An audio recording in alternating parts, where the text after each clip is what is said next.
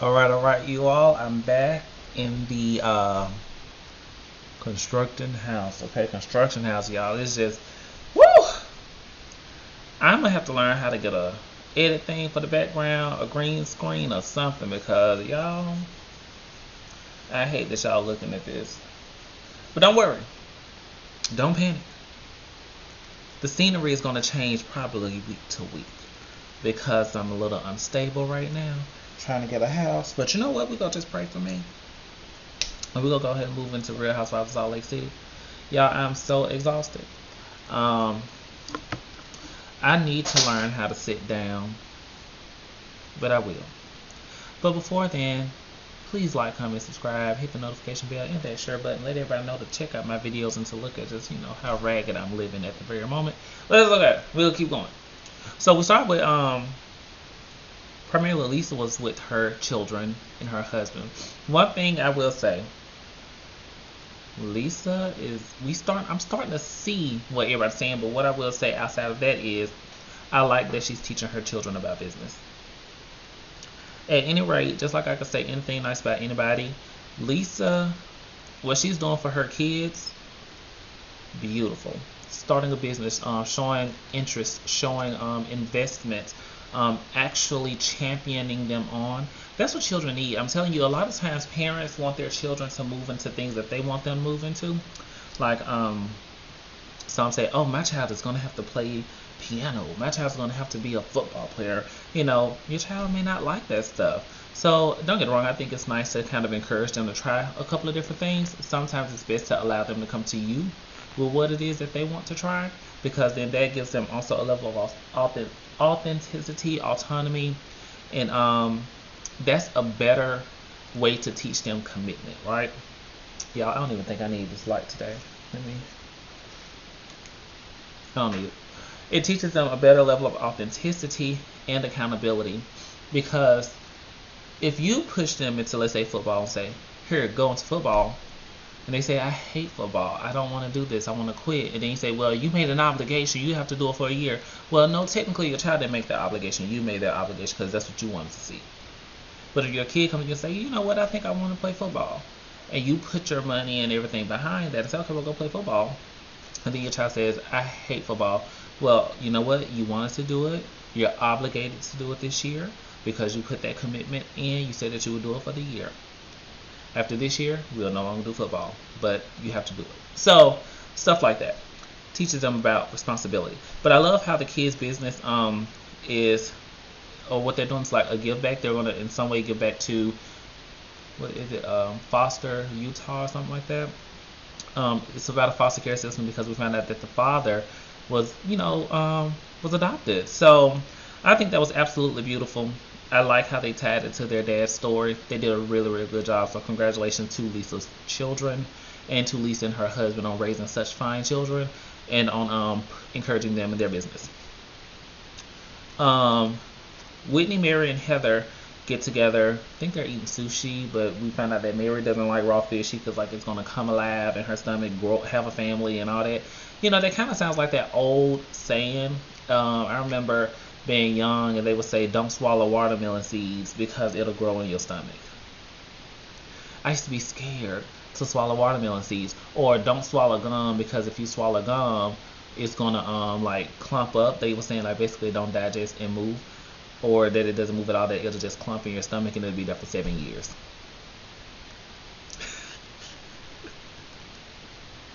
The type of things we hear as children to not do certain things. So we found out that Mary doesn't like being questioned. So the whole thing with her and Lisa, which she admitted, she was like, she kind of snapped off at Lisa, but to her is because she doesn't like being questioned because it takes her back to her and her mom's relationship and situation. She and her mom has not spoken for 25 years because Mary said that she knew she was right as far as marrying Robert Sr. and taking over the church and everything. And she mentioned that her mom believed that it belonged to her because she was the mother's child, and so it should have been inherited. Like she should have inherited it and then pushed forward. I know there was a lot of different stories out there. At one point, I think somebody was saying something about the mom wanting to marry Robert Sr. first or something. It was a whole bunch of mess. But what I'll say is this: it's sad to see family break up over these kind of things. I do believe that the grandmother mishandled her will, because I think everything was kind of willed to the husband.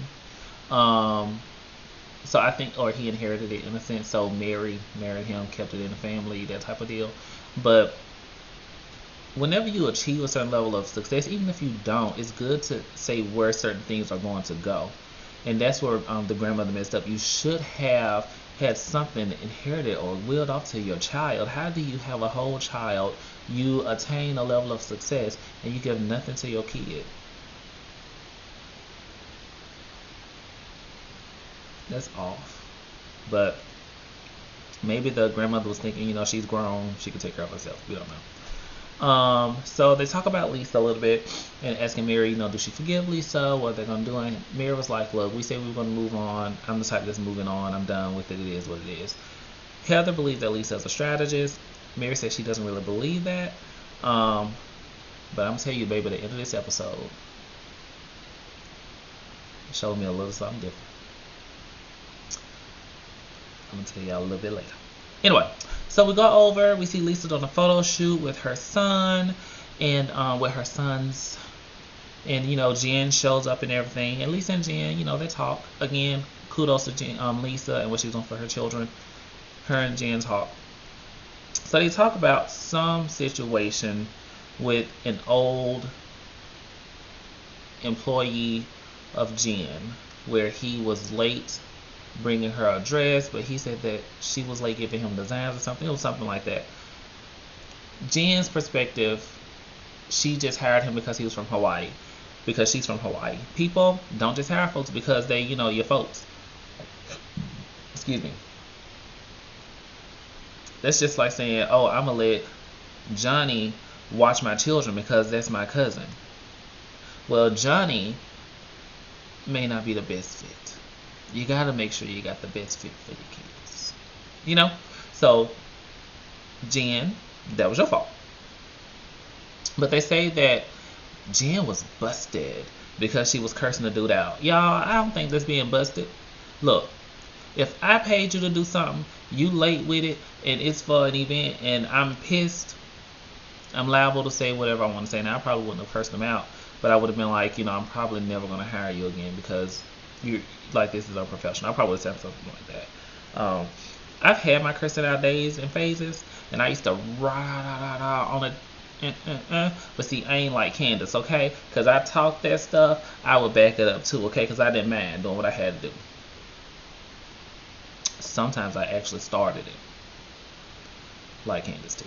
But if I got beat up, I just got beat up. But I can guarantee you, I did the very best I could. You win some, you lose some, you move on. But anyway, this is Real Housewives of Salt Lake City, not Potomac. And so anyway, they talk about all that stuff. It was like whatever. But Lisa brings up how Whitney sent him a gift on social media. And she's telling Jen, like, how would you feel about that? Because if she was my friend, if this is your friend, why would she do that to you? I just want you to know that I'm the type of friend that would never do that to you, because I think someone needs to have your back, and I have your back. And this is when I started to see Lisa's maneuvering. Baby, Lisa is playing an old nasty game of chess. But she's playing it wrong.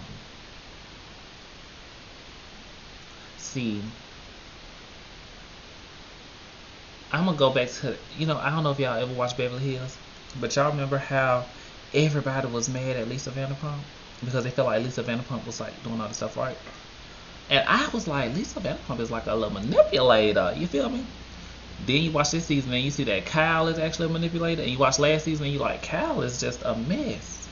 So was it all Lisa or was some of it Kyle?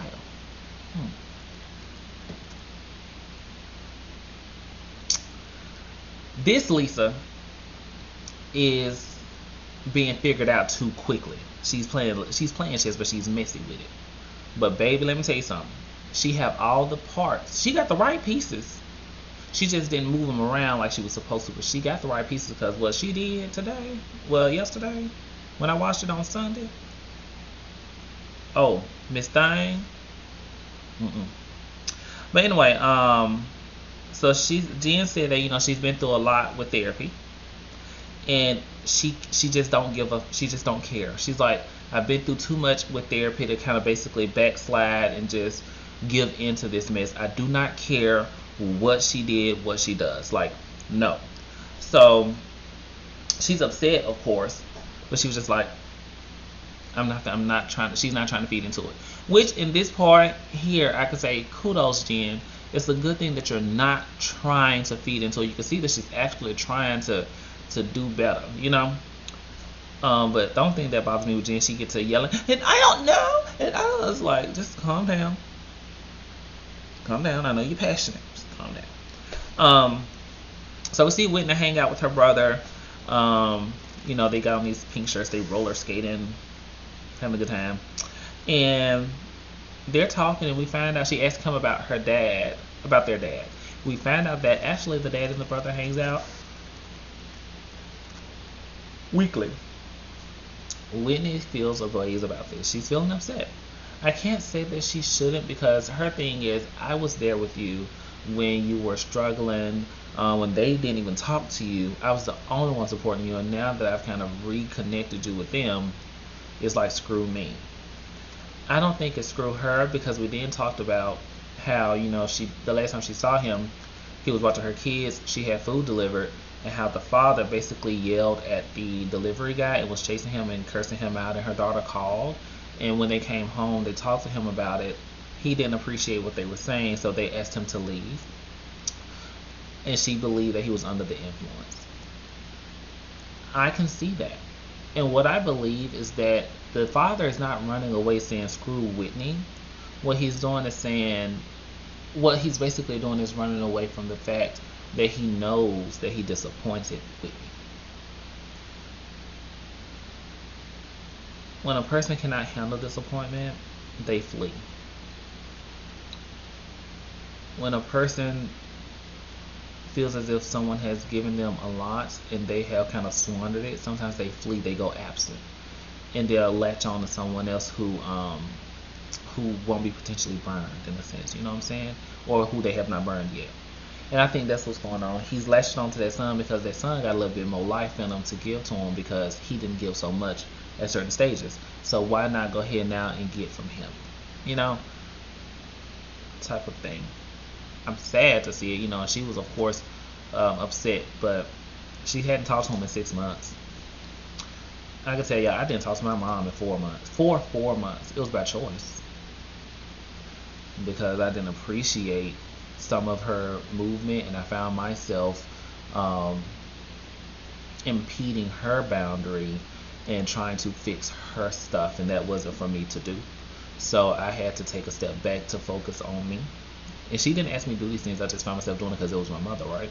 So, all that stuff. But anyway, we see that Meredith and her daughter meets with Heather and her daughter. They're talking about college, the benefits of going to college. Were you a good time girl? And she's like, no, I just went out of the country with a little person. She was just trying to basically get away to see the world. And she felt like, that was her way of doing, sowing her royal oats before getting married and having kids. Excuse me. She discussed, winning a karaoke contest, winning alcohol, and she was 18 and she didn't drink at the time and all that stuff. And so the girls just talk about the schools, and I think Lisa's daughter go to a school that don't have fraternities and sororities. She's like, yeah, that's a good school. Have this. They're so innocent. And it's like, I hollered out they're innocent, but okay. I went to a Catholic institution. We were supposed to be innocent. We were not. Anyway, Meredith says that she have a 7-bedroom house that is now just empty because her husband has to come back here to Mississippi, and her kids can't come, blah blah blah. So now I just got the 7-bedroom house for the weekend. I'm like, that's convenient. Girls, just say I want to plan a trip, but they talk about who's all gonna be invited. Heather asked her about inviting Jen, and Meredith says that she personally, she's kind of on the fence with Jen. She said, Jen hurt her family for a year, so it's gonna take about 3, 4, 5 years before she's able to, forgive Jen. She basically wants to see continuous action that's positive. I can't say that it's a bad thing.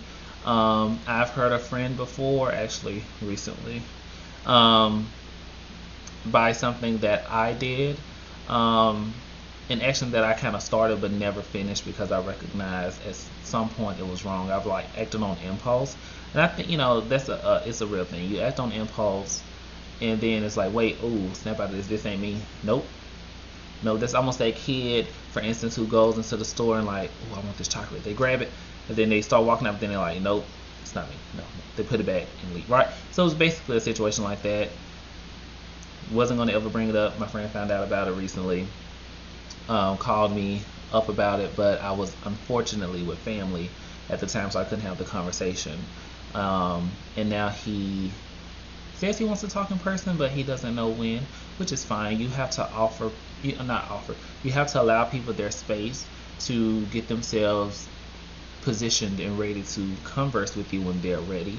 I know I've ruined that friendship. We probably won't be friends again, or if we are friends again, it will take a while, which I'm kind of anticipating this outcome. So, get yourself prepared and ready. But that's what Meredith says she needs to see from Jen. She needs to see continued action. But then, the question then comes, how much action do I have to give to someone? Because that's not my responsibility, is not to continuously work towards earning you back. All you can do is do you, be yourself, and just show kindness and respect. You don't have to break your neck to go out your way to do things for the people. Just be kind, be respectful, and acknowledge your wrongdoing when there is none, which we saw Jen do that, and move on. But okay, we go to the event. It's just the introduction piece. The event is looking good. We see Meredith come with, what is her children's name? Brooks and I think Chloe. And so everybody's just being greeted, and then it switches over to Heather and Jen hanging out, which they talk about dating and basically sex, and Jen about all these sex toys and all this stuff is just woo. And so they end up talking about the event in a sense. So I want to say it was Jen who brought up, no. Heather told Jen about the trip. Jen was saying she's going. She wished Meredith would have told her because she believed in her mind that they had kind of moved forward. She wants to talk to her about it later, but she said she's going on the trip, which then leads to this conversation about, well, Lisa told me about Whitney basically supporting so-and-so, sending him gifts, and Heather's like, I think he bought some product and she sent the product because he purchased it, but I don't think she sent him anything. And she's like, why would Lisa tell you that? Like, what is the point of her saying that? And she's like, is it that she's trying to say that Whitney's not a friend? She's trying to, and so Jen is like, that's kind of what it felt like. That's what it sounded like. Which then takes Heather to let her know, well, Lisa had an event tonight, right? And Jen is like, she's like, yeah, she invited Whitney. So this is interesting. So they do the flashback. And she's like, she invited Whitney, but she didn't invite you. Do you feel some type of way about that? See, Heather plays a little bit of chess too. See, Heather know how to do it just right though. See, Heather's doing it in a way. I need to get that removed. Anyway, Heather does it in a way where it's like, I'm showing concern, but I'm moving my pieces. Especially when it's against Lisa. Lisa is just a bit messy with hers. But anyway. So Jen lets her know that yes, she's hurt by not being invited by Lisa because she and Lisa are supposed to be friends. This event is for a foster agency, and her aunt fostered or adopted 2 children, so this is something that's also close to her heart. She was at the photo shoot. She feels some type of way. She's like, what in the world is going on? So it's interesting. So we go back to the event. Lisa's son, I think he did a great job. He did his speech. I think he did well. He put a couple of jokes in there to kind of lighten the mood. I think he did a good job. things go on, and then the lady from the photo shoot comes over and she checks on Lisa, like, I know Jen went crazy on you. Are you okay? I'm like, Jen didn't go crazy on her, but she did ask her why is she bringing something up, which I think Jen can be loud. And I think that's too much. But I'm like, she didn't go crazy. Like, what is girl? Okay. So Meredith is like, what happened with you and Jen? Like, I thought y'all was fine. And here go Lisa lying. Oh, I was just checking on her, showing concern, and I just asked her about, how she felt about so and so, and she got upset. That's not why she was upset, Lisa. She got upset because you told her that Whitney was supporting this guy, and Whitney's trying to be her friend. Why would Whitney do that to her? She got upset because you was bringing that stuff up, and she was like, why are you bringing this up? Like, I don't care. That's why she was upset. She was not upset because you brought his name up. That's not true. So this is when you start seeing her with these little moves. So then we meet Cameron, who was a pastor at Mary's church. Lisa brings him on the scene. She has to take pictures with her husband, and we see Meredith is like, oh, hey, how you know Mary, and here he is, oh, she and her husband have done a lot of harmful stuff. He said, he hopes for healing for them, and he tells Meredith that she needs to be careful. And he said that, he's not going to tell the story because it's Mary's story to tell. But Meredith was like, she enjoyed herself at the church and everything felt like it was a good environment. And he was like, I was there for 7 years. This was just your first time, X, Y, and Z. So I'm like, Now, don't get it wrong. I can see that there's a different side of Mary. I feel like she's a little bit more comfortable this season, maybe. She still dresses like a pimp. Her dressing is horrible. But anyway, I can still see that from Mary. I'm pretty sure she's not just the same person in church outside the church, But it's interesting that he has this perspective. I wonder what he's discussing. But also Lisa brought him over there. So then, Lisa comes back and, Meredith was like, the conversation was bizarre. And she said she was shaking and, oh my God. So Lisa lets us know that, he was a preacher. And Lisa says that, he's experienced real trauma from Mary's church. And I know he's credible. He would never lie. So she's now targeting Mary, but you and Mary were friends. At least in Mary's eye, she thought y'all was friends. So this is the thing right here about Miss Lisa that I'm not quite understanding. Sweetheart, what has been so done? What I don't like was the Google comment that bad? Or I mean, was Mary's little blow up that horrible that you had to do this? I don't understand. Now, I'm not saying that we shouldn't know the truth if Mary's doing some crazy stuff, but at the same token, Lisa, you're going to put yourself in a position where no one's going to deal with you at all. And that's what I'm seeing right now. No one's going to want to deal with her. And I can't say that I would blame them because look at how she's acting. Anyway, that was the Real Housewives of Salt Lake City. Y'all, please like, comment, subscribe. Hit that notification bell, share button as well. And let us see how good we do. I appreciate y'all for the support, the continued support at that. Thank y'all for being with me on this journey. Y'all are literally going to see my consistent transition. Y'all saw my old apartment. Y'all see me in this ragged mess. And y'all going to see me when I get my new spot. So it's going to be nice. Y'all get to see like all aspects. But anyway, with that being said and done, please enjoy your lovely day. And I will talk to you good people later.